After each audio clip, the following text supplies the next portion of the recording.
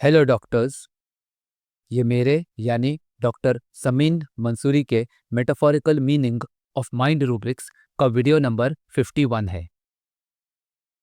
इस वीडियो के दोनों रूब्रिक्स में सिर्फ आर्जेंटम नाइट्रिकम दवाई कॉमन है। Delusions corners of houses seem to project so that he fears he will run against them while walking in the street. Delusions, imaginations, hallucinations, illusions, इन चारों terms के differences को मैंने अपने हायोसैमस के video delusions, chasing and driving peacocks में explain किया है। House इस वर्ड का मतलब है मकान, यानी एक शेल्टर्ड प्लेस जिसमें लोग किसी कारण से एक साथ रहते जरूर हैं, लेकिन उनमें कोई इमोशनल अटैचमेंट नहीं होता है। वो सब केवल बिजनेस, रिलीजन, एडमिनिस्ट्रेशन या किसी पर्पस को अचीव करने के लिए एक साथ उस हाउस में रहते हैं और रूल्स फॉलो करते हुए काम करते हैं। Example, business house and upper house of parliament. Corner इस शब्द का मतलब है कोना, यानी एक प्राइवेट, सीक्रेट या रिमोट जगह। सीम का मतलब है किसी इवेंट या बिहेवियर को एक स्पेसिफिक तरह से परसीव करना। प्रोजेक्ट इस शब्द के 3 मीनिंग्स हैं। पहला, प्लानिंग के साथ किया जाने वाला कोई काम। दूसरा, किसी चीज का सरफेस या बाउंड्री के ऊपर या बाहर नजर आना। और तीसरा, किसी व्यक्ति या वस्तु से जुड़ी अपनी आइडियाज या फीलिंग्स को एग्जामिन या क्रिटिसाइज किए जाने के लिए दूसरों से शेयर करना। रन अगेंस्ट इस फ्रेज का मतलब है किसी अनप्लेजेंट सिचुएशन या डिफिकल्टी का अचानक सामने आ जाना। वॉकिंग मतलब अपने खुद के पैरों से चलकर अपनी मंजिल की तरफ कदम आगे बढ़ाना। स्ट्रीट इस शब्द का मतलब है वो रास्ता जिस पर चलकर इंसान अपनी मंजिल तक पहुंचता है। इसी तरह किसी प्रॉब्लम के सॉल्यूशन को भी रास्ता या स्ट्रीट कहा जाता है। तो वॉकिंग इन द स्ट्रीट का मतलब है कोई स्पेसिफिक डिसीजन लेकर उस पर अमल करने के लिए अपनी एबिलिटीज के जरिए आगे बढ़ते चले जाना, ताकि आप अपनी मंजिल तक पहुंच पाए, या फिर जिसे आप सॉल्यूशन समझ रहे हो उस पर एक्ट करना ताकि आपका प्रॉब्लम सॉल्व हो जाए। तो इस रूब्रिक का लिटरल मीनिंग ये है कि आर्जेंटम नाइट्रिकम पेशेंट को ये गलतफहमी होती है कि मकानों के कोने बाहर की तरफ हो गए हैं, और इसलिए सड़क पर चलते समय पेशेंट डरता है कि वो उनसे टकरा जाएगा। लेकिन इस रूब्रिक को मेटाफोरिकली समझें तो आर्जेंटम नाइट्रिकम पेशेंट को लगता है जैसे उसके आसपास के लोग उनकी शेल्टर्ड एरियाज के कोने में, यानी एक प्राइवेट और सेक्लूडेड प्लेस में, पेशेंट को हर्ट करने की प्लानिंग यानी प्रोजेक्ट पर काम कर रहे हैं। इसलिए जब अपने गोल को अचीव करने के लिए कोई डिसीजन लेकर पेशेंट उस डायरेक्शन में कदम बढ़ाता है, तब उसे ये डर लगता है कि अचानक और ना चाहते हुए उसका सामना ऐसे लोगों से होगा जो पेशेंट को क्रिटिसाइज करेंगे या उसे हर्ट करने वाली बात कहेंगे। नोट करें कि इस रूब्रिक में डिल्यूजन और फियर दोनों सिम्टम्स कॉज इफेक्ट रिलेशनशिप को कन्वे करते हैं। Anxiety when the train is in a tunnel. इस रूब्रिक में आर्जेंटम नाइट्रिकम दवाई को डॉक्टर जॉर्ज विटलकॉस ने मेंशन किया है। एंशियस या एंजाइटी, इसमें व्यक्ति किसी बात को लेकर परेशानी, चिंता या घबराहट महसूस करता है, क्योंकि पेशेंट को यह पता नहीं होता है कि किसी बात का क्या नतीजा या परिणाम निकलने वाला है। मतलब उस बात का आउटकम अनिश्चित या अनसर्टन होता है, और इसलिए पेशेंट यही सोचकर कि क्या पता क्या होगा, अनईजीनेस महसूस करता रहता है। ट्रेन इस शब्द के 2 मीनिंग्स हैं।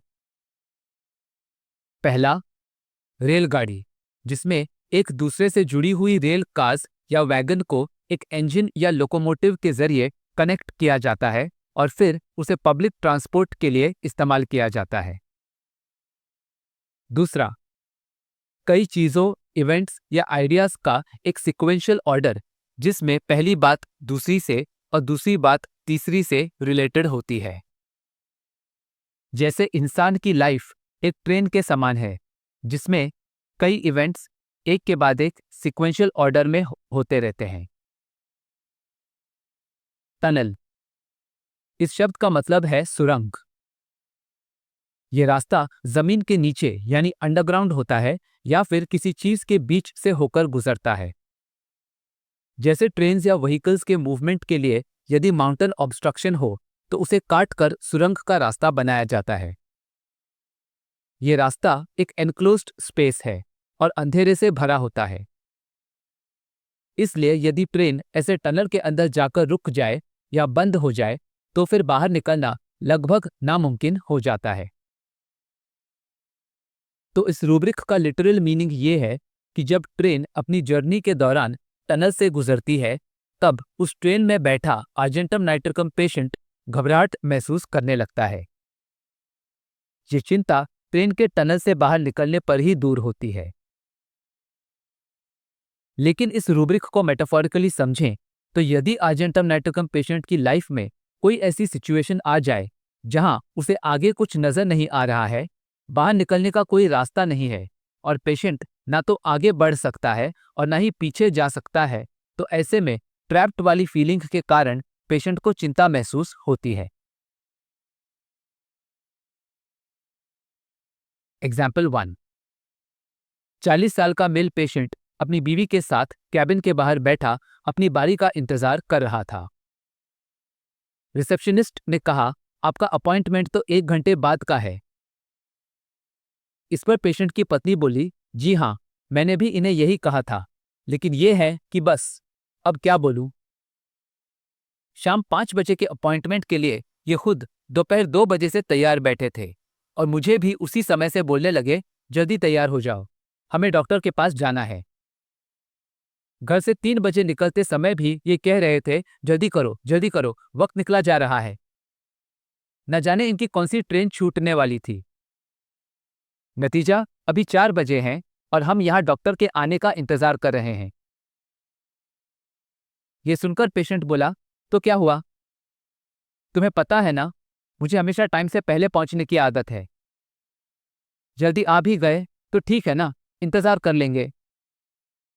देर से निकलते तो यहाँ टाइम पर पहुंच नहीं पाते। फिर पेशेंट ने देखा कि उसके मोबाइल की बैटरी लो हो गई है, तो उसने सॉकेट में अपने चार्जर को प्लग किया और मोबाइल चार्ज होने लगा। लेकिन मोबाइल स्क्रीन पर चार्जिंग वर्ड नजर आने के बावजूद पेशेंट चेक कर रहा था कि चार्जिंग पोर्ट मोबाइल से कनेक्टेड है या नहीं। यह देखकर पेशेंट की पत्नी फिर बोली, अरे मोबाइल पर चार्जिंग वर्ड नजर आ रहा है, तो फिर आप बार बार क्यों चेक कर रहे हो कि मोबाइल और चार्जर ठीक से कनेक्टेड है या नहीं? यह सुनकर पेशेंट बोला, तुम्हें पता है ना, मैं हर चीज 2-3 बार चेक करता हूं। अभी तुमने कहा तो मुझे याद आया। तुम मेरे मोबाइल पर नजर रखो और तब तक मैं पार्किंग लॉट में जाकर फिर से चेक कर लेता हूं कि अपनी गाड़ी के सारे दरवाजे ठीक से बंद हैं या नहीं। ये बोलकर पेशेंट चला गया और कुछ समय बाद वापस आकर पेशेंट ने अपना मोबाइल चार्जर से निकालकर अपने पास रख लिया। फिर पेशेंट आसपास बैठे मरीजों से अपनी बीमारी के बारे में बात करने लगा कि उसे ये तकलीफ है तो क्या करना चाहिए, क्या नहीं करना चाहिए और कौन से इलाज का कितना सक्सेस रेट है। फाइनली 5 बजे पेशेंट कैबिन में आकर डॉक्टर से बोला, मुझे बार बार जुलाब होते रहते हैं। पिछले डॉक्टर ने बताया था कि मुझे इरिटेबल बाउल सिंड्रोम की बीमारी है। मैं उनसे दवा ले रहा था, लेकिन फिर मैंने इलाज छोड़ दिया क्योंकि एक बार मेरी तबीयत कुछ ज्यादा ही खराब हो गई थी और वो डॉक्टर मेरा फोन भी नहीं उठा रहे थे। इसलिए मैंने मेडिकल स्टोर से जुलाब बंद होने की दूसरी दवा ले लिया था, जिससे थोड़ा आराम मिला, लेकिन कुछ समय बाद तकलीफ फिर से शुरू हो गई। जब फाइनली मैंने उस डॉक्टर को फोन पर केमिस्ट वाली दवा के बारे में बताया, तब उन्होंने बिना वजह जाने मुझे डांटा। मैंने उन्हें कहा भी कि मेरे 3 बार फोन करने के बावजूद उन्होंने कोई जवाब नहीं दिया था और अपनी बिगड़ती हालत के कारण मैंने दूसरी दवा ले ली। अब इसमें मेरी क्या गलती है डॉक्टर? आप ही बताइए। लेकिन उस डॉक्टर के इस बिना वजह डांटने वाले रवैये से मुझे इतना दुख हुआ कि फाइनली मैंने उनसे दवा लेना ही बंद कर दिया। फिर पेशेंट बोला, डॉक्टर, ऑफिस में काम का स्ट्रेस तो रहता है। मैं अक्सर बॉस को सॉल्यूशंस सजेस्ट करता हूँ और कई बार वो उन आइडियाज को अप्रूव करते हुए मुझे उन पर काम करने के लिए कहते हैं। लेकिन ऑफिस के बाकी लोगों को ये बात अच्छी नहीं लगती है और मैं उन्हें अक्सर कोने में खड़े होकर बातें करते देखता हूँ। इसलिए जब भी मैं अपने आइडियाज पर काम करता हूँ तब उनमें से कोई ना कोई आकर मुझे डिस्करेज करने की कोशिश करता है या फिर ये कहता है कि मुझे बॉस को मस्का मारना बहुत अच्छे से आता है, इसलिए वो मेरे आइडियाज अप्रूव करते हैं। इनकी ये बातें सुनकर मुझे उन पर गुस्सा आता है, लेकिन उसी समय मेरा शरीर थर थर कांपने लगता है। इसलिए मैं कोशिश करता हूँ कि मुझे गुस्सा ना आए। अब तो ऐसा हाल हो गया है कि मुझे डर लगता है कि किसी भी प्रॉब्लम के सॉल्यूशन पर काम करते समय मेरा इन इरिटेटिंग लोगों से सामना ना हो जाए। मेरे साथ यही इश्यू है। मैंने अपनी बीमारी के बारे में भी अपने आस पड़ोस के लोगों से बात किया था, क्योंकि इससे लक्षण और इलाज के बारे में जानकारी मिलती है। लेकिन इसी वजह से उन्हें पता है कि मैं होम्योपैथिक दवा लेने वाला हूँ। अब ऐसे में वो लोग भी आपस में बातें कर रहे हैं और मुझे डर है कि जो इलाज मैंने लेने का सोचा है उसके बारे में वो कोई नाराज या डिस्करेज करने वाली बात मुझे ना बोले। फाइनली पेशेंट बोला, डॉक्टर, आप मेरी आखिरी उम्मीद हो। अगर आपकी दवा से भी आराम नहीं मिला तो मुझे यही लगेगा कि मुझे दुनिया का कोई डॉक्टर ठीक नहीं कर सकता। तो इस केस में शाम 5 बजे क्लिनिक पहुंचने के लिए पेशेंट 2 बजे से ही अपनी बीवी को जल्दी तैयार होने के लिए कह रहा है। पेशेंट को वक्त से पहले पहुंचने की जल्दी लगी रहती है और इसलिए वो 4 बजे में ही क्लिनिक आ गया था। तो ये रूब्रिक है, hurry to arrive for the appointed time. Mobile charger से कनेक्टेड है और गाड़ी के डोर्स ठीक से लॉक्ड हैं, लेकिन इसके बावजूद पेशेंट इन चीजों को बार बार चेक कर रहा था। इसलिए ये रूब्रिक है, चेकिंग मस्ट चेक ट्वाइस और मोर। इमरजेंसी में पिछले डॉक्टर से कांटेक्ट न हो पाने पर पेशेंट ने खुद को प्रॉब्लम से बचाने के लिए दूसरी मेडिसिन ले लिया। तो ये रूब्रिक है, escape attempts to from window. यहाँ विंडो का मतलब है एक इमरजेंसी एग्जिट, यानी जब मुश्किल समय में दरवाजे से बाहर निकलना मुमकिन ना हो तब इस रास्ते से व्यक्ति बाहर निकल सकता है। पेशेंट के मुताबिक उसकी कोई गलती ना होने के बावजूद उसके पिछले डॉक्टर ने उसे डांटा और इस बात से दुखी होकर ही पेशेंट ने उस डॉक्टर से दवा लेना छोड़ दिया। तो ये रूब्रिक है, sadness from an undeserved slight. Slight मतलब किसी से जानबूझकर डिसरिस्पेक्टफुली यानी बदतमीजी से या अपमान करने वाले तरीके से डांटकर बात करना। अनडिजर्व्ड मतलब गलत या अनुचित बर्ताव जो किसी व्यक्ति के साथ नहीं होना चाहिए। पेशेंट ने बताया कि जब भी वो किसी आइडिया पर काम करता है तब उसे नापसंद करने वाले उसके ऑफिस कलीग्स पेशेंट को डिस्करेज या हर्ट करने वाली बातें बोलते हैं। इसलिए पेशेंट डरता है कि उसे ऐसे लोगों को फेस करना पड़ेगा। इसी तरह पेशेंट को यह लगता है कि उसके पड़ोसी भी आपस में बात करते हैं और पेशेंट डरता है कि वो लोग उसे होम्योपैथिक इलाज लेने को लेकर कोई डीमोटिवेट करने वाली बात ना कह दे। तो इन दोनों सिचुएशंस में मेटाफोरिकली पेशेंट के अनुसार लोग कोने में रहकर उसके खिलाफ प्लानिंग कर रहे हैं, यानी ये लोग कॉर्नर्स ऑफ हाउसेज हैं जो नेगेटिव बातें प्लान करते हैं और अपनी सोच पेशेंट पर प्रोजेक्ट करते हैं। पेशेंट को ये डर भी लगता है कि जब वो कोई फैसला लेकर अपने बलबूते पर आगे बढ़ने की कोशिश कर रहा है, जैसे अपने आइडियाज पर काम करना या होम्योपैथिक ट्रीटमेंट लेना, यानी स्ट्रीट पर वॉक कर रहा है, तब उसका सामना अचानक इन लोगों से होगा और ये लोग पेशेंट को ऑफेंड करने वाली बात कहेंगे। इसलिए इन दोनों वर्जन्स का कॉमन रूब्रिक है, delusions corners of houses seem to project so that he fears he will run against them while walking in the street.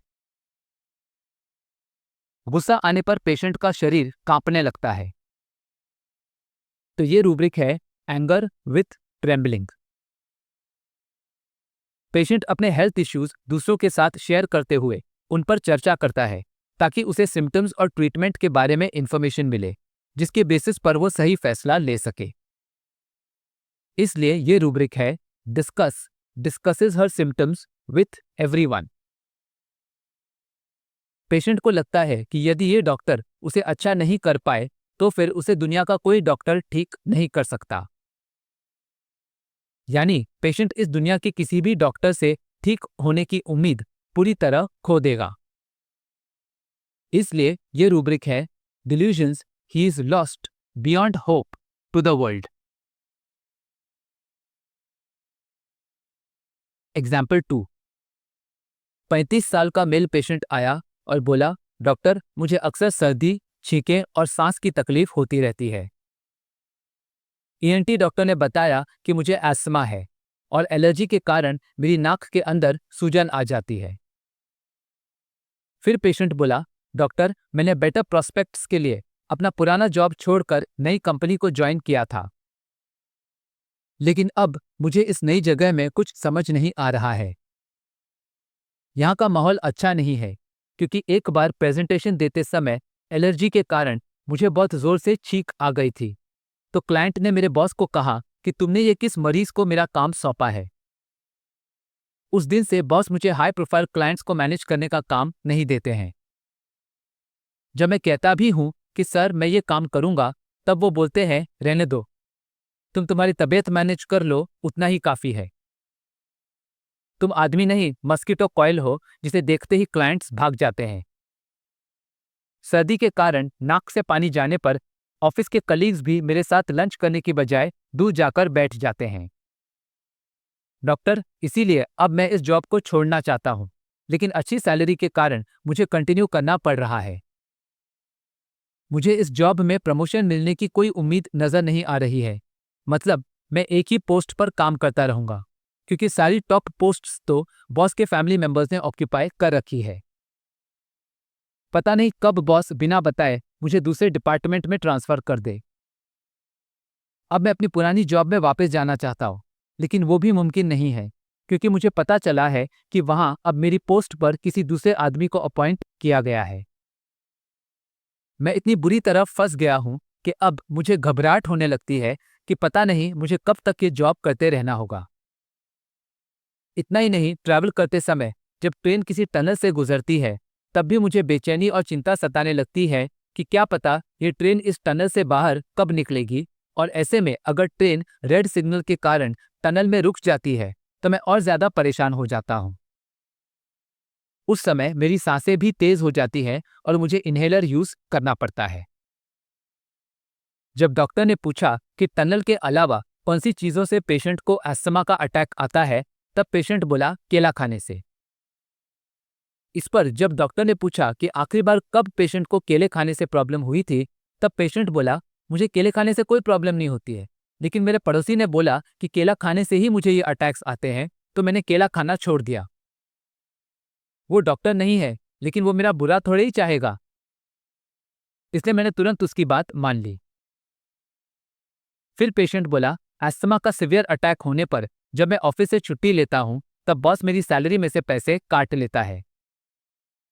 फिर मैं उदास होकर अपनी फैमिली को कहता हूं कि आज मैंने काम नहीं किया और पैसे नहीं कमाए हैं, तो मुझे घर बैठे मुफ्त की रोटियां नहीं तोड़नी चाहिए। मैं खाना पीना छोड़ देता हूं और यदि कोई फूड ऑफर करता है तो भी मैं मना कर देता हूं। लेकिन जब भूख के मारे हालत खराब हो जाती है तब मैं नौकर को अकेले में बुलाकर पैसों का लालच देकर उसे बोलता हूं कि वो सबकी नजरों से बचाकर मेरे लिए खाना ले आए, या फिर रात को परिवार वालों के सो जाने के बाद मैं खुद चोरी छिपे फ्रिज से खाना निकाल कर खा लेता हूं। खाने के बाद सोने का मन करता है, लेकिन नींद अच्छी आए या ना आए, सुबह आंख खुलने पर मुझे अक्सर बहुत चिड़चिड़ापन महसूस होता है। जब डॉक्टर ने इस पेशेंट को सिर ऊपर करने के लिए कहा तब पेशेंट हंसने लगा। पूछे जाने पर पेशेंट बोला, डॉक्टर आपने मेरी नाक पर टॉर्च की लाइट फ्लैश की, इससे मुझे हंसी आ गई। डॉक्टर ने कहा कि टॉर्च की लाइट से वो नाक में सूजन यानी पॉलिप को ठीक से देखने की कोशिश कर रहे थे। इस पर पेशेंट बोला कि पता नहीं क्यों, लेकिन जब भी कोई डॉक्टर मेरा चेकअप करता है तो मुझे हंसी आ जाती है। फाइनली पेशेंट ने अपनी रिस्ट वॉच पर टाइम देखकर कहा, अरे, आपसे बात करते मुझे सिर्फ 15 मिनट हुए हैं। मुझे तो ऐसा लगा कि मैं 1 घंटे से आपको अपनी दुख भरी दास्तान सुना रहा हूं। एक बात और डॉक्टर, जब तक मुझे आपकी दवा से फर्क महसूस नहीं होता है, तब तक मैं इन्हेलर और एलोपैथिक दवा कंटिन्यू रखना चाहता हूं। तो आप मुझे इन्हें बंद करने के लिए मत कहिए। डॉक्टर द्वारा वजह पूछने पर पेशेंट बोला, मुझे ऐसा लगता है कि इन्हें बंद करने से कहीं मेरी आंखों में खुजली या फिर दिन में नींद आने की प्रॉब्लम ना शुरू हो जाए। दरअसल डॉक्टर, ये दोनों प्रॉब्लम्स ना होने के बावजूद मुझे ऐसी मनगढ़ंत बीमारियों के विचार आते रहते हैं। तो इस केस में एलर्जी से होने वाले स्नीजिंग और रनिंग नोज के कारण बॉस, क्लाइंट्स और कलीग तीनों पेशेंट को नापसंद करते हैं और पेशेंट के प्रति अपनी नाराजगी बिल्कुल बेझिझक होकर एक्सप्रेस करते हुए पेशेंट को अवॉइड करते हैं। तो ये रूब्रिक है डिल्यूजन्स दैट इज डिस्पाइस्ड। इस रूब्रिक्स के डिटेल्ड एक्सप्लेनेशन के लिए आप मेरे लैक कैनाइनम वाले वीडियो को रेफर कर सकते हैं। ट्रैवल करते समय यदि ट्रेन रेड सिग्नल के कारण टनल में रुक जाए तो पेशेंट चिंता करने लगता है। इसी तरह डिस्पाइस्ड किए जाने के कारण पेशेंट अपना न्यू जॉब छोड़ना चाहता है, लेकिन अच्छी सैलरी की वजह से वो ऐसा नहीं कर सकता। जॉब में प्रमोशन मिलने की कोई उम्मीद नहीं है और पेशेंट अपनी पुरानी जॉब को फिर से ज्वाइन भी नहीं कर सकता। मतलब मेटाफोरिकली पेशेंट ऐसी जगह पर फंस गया है जहां उसका फ्यूचर डार्क है, क्योंकि बॉस किसी भी वक्त पेशेंट को बिना बताए उसे दूसरे डिपार्टमेंट में ट्रांसफर कर सकता है। पेशेंट सेम पोस्ट पर रहने वाला है, यानी कोई प्रोग्रेस या फॉरवर्ड मूवमेंट पॉसिबल नहीं है और वो पीछे यानी अपने ओल्ड जॉब को भी रीजॉइन नहीं कर सकता है। ये तीनों कंडीशंस मेटाफोरिकली एक टनल के समान है जिसमें पेशेंट की लाइफ यानी ट्रेन रुक गई है या अटक गई है और इसलिए पेशेंट को चिंता एवं घबराहट महसूस हो रही है। तो इन दोनों सिचुएशंस का कॉमन रूब्रिक है anxiety when the train is in a tunnel. अपने पड़ोसी की बात को तुरंत मानकर पेशेंट ने केले खाना छोड़ दिया और यह भी कहा कि उसे केले खाने पर अस्थमा हो जाता है, जबकि पेशेंट का पड़ोसी कोई डॉक्टर नहीं है और पेशेंट को असल में केले से कोई एलर्जी नहीं है। यानी ये पेशेंट दूसरों की बातों पर बिना कोई शक या सवाल किए तुरंत यकीन कर लेता है। इसलिए ये रूब्रिक है क्रेड्यूलस। अस्थमा के कारण काम से छुट्टी लेने पर जब पेशेंट की सैलरी से पैसे कटते हैं, तब दुखी मन से सोचते हुए पेशेंट को लगता है कि उसने काम नहीं किया है और इसलिए उसे भोजन नहीं करना चाहिए। ऐसे में पेशेंट दूसरों द्वारा फूड ऑफर करने पर भी खाने से मना कर देता है, लेकिन भूख लगने पर वो दूसरों को बिना बताए नौकर को रिश्वत देकर खाना मंगवाता है या फिर रात को खुद गुप्त रूप से फ्रिज में रखा खाना निकालकर खा लेता है। इसलिए ये रूब्रिक है refused food, saying one who does not work should not eat, but driven by hunger he tried to secretly procure it in मेलंकोलिया।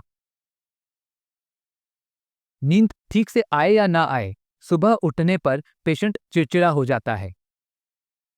इसलिए ये रूब्रिक है irritability morning on waking. Doctor द्वारा चेकअप किया जाना डिजीज डायग्नोसिस के लिए जरूरी है, लेकिन पेशेंट को इस इंपॉर्टेंट बात पर हंसी आ रही है। तो ये रूब्रिक है laughing over serious matters. Patient के अनुसार समय बहुत धीमी रफ्तार से गुजर रहा है, क्योंकि असल में सिर्फ 15 मिनट हुए हैं, लेकिन पेशेंट को लगा जैसे वो 1 घंटे से डॉक्टर को अपनी प्रॉब्लम्स बता रहा है। इसलिए ये रूब्रिक है time passes too slowly. Patient symptoms imagine कर रहा है जो असल में है ही नहीं, मतलब उसे काल्पनिक बीमारी के थॉट्स आते हैं और इसलिए जिस एलोपैथिक ट्रीटमेंट से पेशेंट को अब तक अच्छा लग रहा है उसे वो कंटिन्यू रखना चाहता है।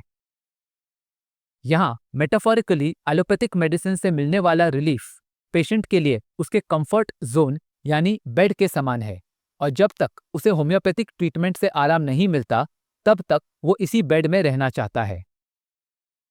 इसलिए ये रूब्रिक है bed desires to remain in hypochondriasis. So to summarize, argentum nitricum patient को हमेशा टॉप नॉच और हाई एनर्जी परफॉर्मेंस देने का प्रेशर महसूस होता रहता है।